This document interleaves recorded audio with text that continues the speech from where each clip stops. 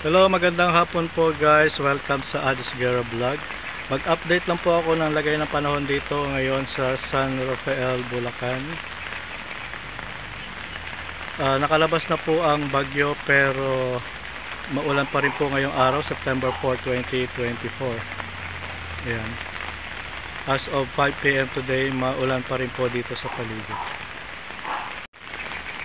Yan, nakakaranas pa rin po ng pag-ulan dito sa San Rafael, Bulacan.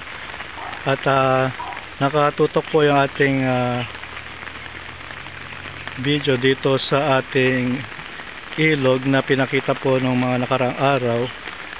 Makikita nyo po ito yung finiture ko na Maasim River, yung umapaw po noong September 2. At halos magka-level po dito, hindi na po makita itong mga dahon na ito, no? So bumaba na rin po yung level ng tubig dito.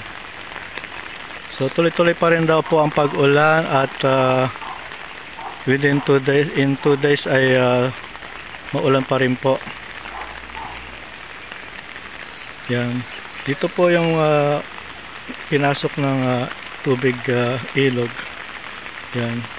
Kaya bakas pa rin yung baha dito, no? So mahina na rin ang agos ng tubig mula doon sa galing doon sa mga kabundukan. At may bago na naman daw pong bagyo na papasok after ng bagyong Enteng.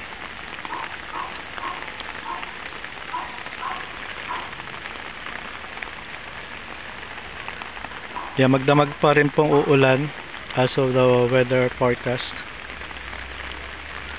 At sana po ay hindi na rin tumaas yung ating ilog.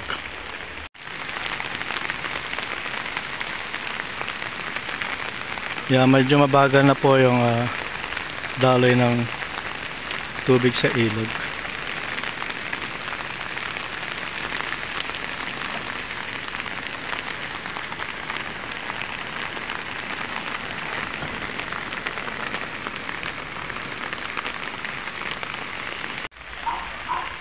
Yeah, maraming salamat po guys.